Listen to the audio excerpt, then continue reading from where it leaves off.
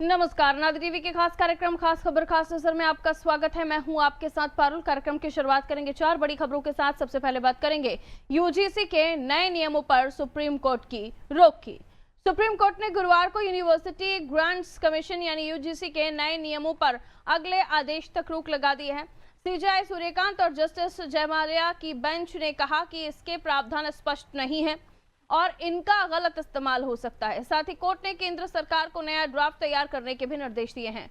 दूसरी खबर में बात करेंगे पंचतत्व में विलीन अजित पवार की। बारामती के काटेवाड़ी स्थित विद्या प्रतिष्ठान मैदान में महाराष्ट्र के डिप्टी सीएम अजित पवार का राजकीय सम्मान के साथ अंतिम संस्कार किया गया। उनके पार्थिव शरीर को तिरंगे में लपेटकर अंतिम यात्रा के लिए लाया गया, जहां पत्नी सुनेत्रा पवार ने गंगा जल अर्पित कर अंतिम विदाई दी, जबकि बेटे पार्थ और जय पवार ने मुखाग्नि दी।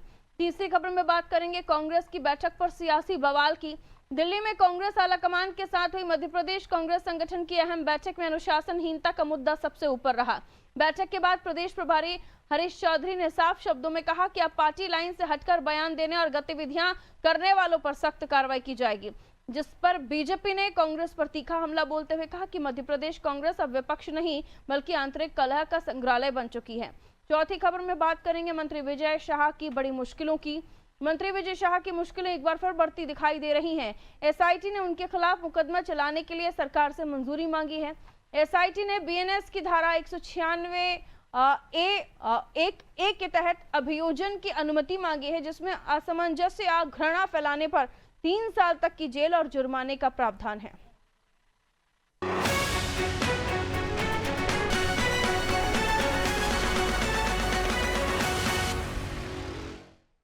तो यूजीसी के नए नियमों पर सुप्रीम कोर्ट ने रोक लगा दी है। शीर्ष अदालत ने यूनिवर्सिटी ग्रांट्स कमीशन के नए नियमों को अगले आदेश तक लागू करने से रोक दिया है। सुप्रीम कोर्ट ने केंद्र और यूजीसी को नोटिस भी जारी किया है। मामले में 19 मार्च को अगली सुनवाई होगी। मुख्य न्यायाधीश सूर्यकांत और जस्टिस जयमाल्या की बेंच ने इन नियमों पर गंभीर सवाल उठाते हुए कहा कि इनका दुरुपयोग हो सकता है। इन्हें नए सिरे से ड्राफ्ट तैयार करने की जरूरत है। सुनवाई के दौरान सीजेआई सूर्यकांत ने अहम टिप्पणी करते हुए कहा कि हम जाति विहीन समाज की दिशा में कितना आगे बढ़ चुके हैं, क्या अब हम उल्टी दिशा में जा रहे हैं। कोर्ट ने केंद्र सरकार को फटकार लगाते हुए कहा कि एससी/एसटी छात्रों के लिए अलग हॉस्टल बनाने जैसे प्रावधान सामाजिक विभाजन को बढ़ा सकते हैं। सुप्रीम कोर्ट ने यह भी कहा कि नए नियमों की परिभाषाएं पूरी तरह अस्पष्ट हैं और इनका गलत इस्तेमाल किया जा सकता है। कोर्ट के मुताबिक कई एक्सपर्ट्स इसमें संशोधन की सलाह दे सकते हैं। आपको बता दें, यूजीसी को लेकर देश भर में विरोध प्रदर्शन हो रहा था। तो देखिए, यूजीसी को लेकर पूरे देश भर में विरोध की तस्वीरें आ रही थी। सवर्ण समाज के लोगों का सीधे तौर पर यह कहना था कि इससे भेदभाव बढ़ेगा, गलत शिकायतें होंगी और इसका दुरुपयोग होगा, जिसके बाद कोर्ट में इस पर याचिका दाखिल की गई। कोर्ट की तरफ से इस पर साफ तौर पर रोक लगा दी गई है और अहम तीखी टिप्पणियां कोर्ट की तरफ से की गई हैं। कोर्ट के इस पूरे वर्डिक्ट को समझने की हम कोशिश करते हैं। आइए, मनोज वर्मा जी हमारे पॉलिटिकल एडिटर हैं, हमारे साथ जुड़े हुए हैं। सर, सुप्रीम कोर्ट जब ये मामला पहुंचा, माना यही जा रहा था कि इस मामले में कुछ तो पॉजिटिव रिएक्शन आएगा, क्योंकि देश भर में इसको लेकर विरोध की तस्वीर आ रही थी। सवाल यह है कि इसको लेकर जो बनाने का, यानी जो यूजीसी कमेटी की अगर हम बात करें तो उसमें दिग्विजय सिंह और दूसरी तरफ सरकार, इन दोनों पर ही पूरा मामला आ रहा है। हालांकि दोनों ही एक दूसरे पर ठिकरा फोड़ते हुए नजर आ रहे हैं, लेकिन अब क्या लगता है कि कोर्ट में अगली सुनवाई के बाद जो चीजें यथावत हैं, या तो यूजीसी नियम जो नए नियम है उनको वापस लिया जाएगा या कुछ और इसमें प्रावधान करके इन्हें बदला जाएगा। सर, उसमें केवल एससी/एसटी को प्रोटेक्ट किया गया था, छात्रों को, लेकिन जो नए प्रावधान बनाए थे उसमें ओबीसी को भी शामिल कर लिया गया। तो यानी कि देश के लगभग 84% आबादी इसमें शामिल हो गई थी। अब जो बच्चे सवर्ण थे उनके खिलाफ एक तरह से ये कह सकते थे कि उनके खिलाफ कई ऐसे प्रावधान कर दिए गए थे जिससे आगे चलकर लोग जो जिस प्रकार से हम देख रहे हैं एट्रोसिटी एक्ट का दुरुपयोग हो रहा है, उस प्रकार के दुरुपयोग की आशंका थी। इसको लेकर जो है पूरा सवर्ण समाज सड़क पर आ गया था, क्योंकि पहले ही आरक्षण को लेकर एक तकरार चल रही है, क्योंकि ओबीसी आरक्षण बढ़ाने की मांग की जा रही है। आरक्षण की सीमा देश में 50% तक पहुंच गई और मध्य प्रदेश महाराष्ट्र और तमाम सारे राज्यों में अगर ओबीसी आरक्षण जो राज्य सरकारों ने स्वीकार किया है वो अगर मान लिया जाता है तो 70% के आसपास वो आरक्षण की सीमा चली जाती है और 10% ईडब्ल्यूएस वाली, यानी सवर्ण समाज के लिए मौके वहाँ भी कम हो जाते हैं। और ये यूजीसी के प्रावधान ने कह सकते हैं उसमें आग में घी डालने का काम किया। पूरा सवर्ण समाज इसके खिलाफ एक हो गया और बीजेपी के सांसदों ने भी इसके खिलाफ आवाज़ उठाई और तमाम सारी पार्टियों के नेताओं ने भी। चूँकि दिग्विजय सिंह तो केवल इस कमेटी के अध्यक्ष थे, लेकिन लगभग 15 राजनीतिक दलों के सदस्य इसमें शामिल थे, चाहे वो समाजवादी पार्टी हो, चाहे वो बसपा हो, डीएमके हो या आईडीएमके हो। लेकिन सबको ये लग रहा था कि एक बड़ा वर्ग इनको लग रहा था कि उनके कवर हो रहा है, क्योंकि जो पीडीए की राजनीति समाजवादी कर रही है, ओबीसी की राजनीति बीजेपी कर रही है, कांग्रेस कर रही है, तो सबको अपना फ़ायदा यूजीसी की सिफारिशों में दिख रहा था। लेकिन कोई इसके खिलाफ खुले तौर पर बोलने के लिए तैयार नहीं था। राजनीतिक दलों के अंदर से भी जिन नेताओं ने आवाज़ उठाई उन्होंने पार्टी लाइन से हटकर आवाज़ उठाई, बाकी इस नुकसान के डर से कोई नेता बोलने को तैयार नहीं था। ये यूजीसी की सिफारिशों को लेकर वैसे ही माहौल हो गया था जैसे मंडल आयोग की सिफारिशों के बाद, मंडल कमीशन की सिफारिशों के बाद देश में हुआ था कि सारे राजनीतिक दल मंडल के सिफारिशों के साथ खड़े हुए थे, लेकिन युवाओं ने आंदोलन किया, कई सारे लोगों ने आत्मदाह किया, लेकिन वो सिफारिशें लागू हो गई और देश में ओबीसी आरक्षण की राह खुल गई थी। सवर्ण समाज को लग रहा था कि अब इसकी आड़ में पहले से एट्रोसिटी की आड़ में तमाम सारे लोग, उसमें तो खैर ओबीसी भी प्रताड़ित होते हैं कई बार, क्योंकि एससी एसटी के अलावा सारे लोग इसकी जद में आते हैं।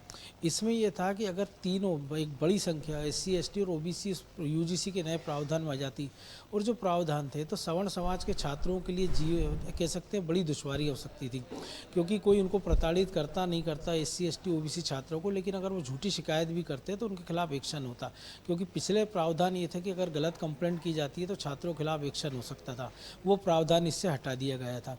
जब ये मामला विवाद भड़का तो सारे राजनीतिक दलों ने चुप्पी साध ली थी, लेकिन बीजेपी के जो कलराज मिश्र हैं, पूर्व केंद्रीय मंत्री, उन्होंने इसको लेकर आवाज़ उठाई और दूसरे तमाम सारे नेता जब इसके खिलाफ इकट्ठे होने लगे और ये पूरा इस प्रकार का माहौल बना, तो दूसरे वर्ग का ही ओबीसी वर्ग के कई लोगों ने इसको खिलाफ आवाज़ उठाई। मामला सुप्रीम कोर्ट तक गया और जो वो टिप्पणी सबसे खास है जो आपने भी बताया कि सीजेआई ने जो कहा है कि हम जातिहीन समाज की ओर बढ़ रहे हैं और हम फिर आप वापस देश को दोहराए पर लाकर खड़े कर रहे हैं जहाँ जातिगत हिंसा का रूप हम नया रूप देख सकते हैं। क्योंकि मंडल कमीशन की सिफारिशों के बाद 92 में हमने देखा था पूरे देश में जिस प्रकार से सौहार्द गड़बड़ाया था और उसको सुधरने में कई दशक का समय लगा था। अब देश वापस पटरी पर आ रहा है, आर्थिक उन्नति बढ़ती जा रही है और ऐसे में यूजीसी की सिफारिश पूरे देश को दो वर्टिकल डिवीजन कर दिया था उसने, एक तरफ एससी एसटी ओबीसी थे और दूसरी तरफ सवर्ण थे। तो ऐसे में सुप्रीम कोर्ट ने जो अभी प्रावधान किया कि 2012 की सिफारिशें लागू होगी, तो मुझे लगता है कि अगली बार केंद्र सरकार भी शायद इससे राजी हो जाए, क्योंकि धर्मेंद्र प्रधान जो केंद्रीय मंत्री है उन्होंने संकेत दिया था कि सुप्रीम कोर्ट की निगरानी में सब कुछ होगा, किसी के साथ भेदभाव नहीं होगा। तो मुझे लगता है अगली सुनवाई तक सरकार अपनी तरफ से कुछ ना कुछ हलफनामा दे के संशोधन करेगी, या फिर हो सकता है कि सुप्रीम कोर्ट इसमें नए सुझाव बिल के इस नियम के पक्ष में भी था। यूजीसी का जो नियम आया जिसमें ओबीसी एससी एसटी को भी शामिल किया गया था, चाहे हम बिहार के नेताओं की बात करें, कई सारे नेताओं ने इस पर अपना पक्ष भी दिखाया था, यानी वो उसको पॉजिटिव ले रहे थे। अब उनको भी आप कह सकते हैं कि उनको भी इस मामले में झटका लगा है। देखिए, जैसे मैंने कहा ना कि सब पिछड़ों की राजनीति करना चाह रहे हैं। जैसे मध्य प्रदेश की हम बात करें तो पिछड़ों की आबादी 52% के आसपास मानी जाती है, मोटे तौर पर 50%। एसटी एसटी को अगर मिला दें तो ये आबादी लगभग 85% होती है। तो 85% आबादी का 7 राजनीतिक दलों को दिखता है।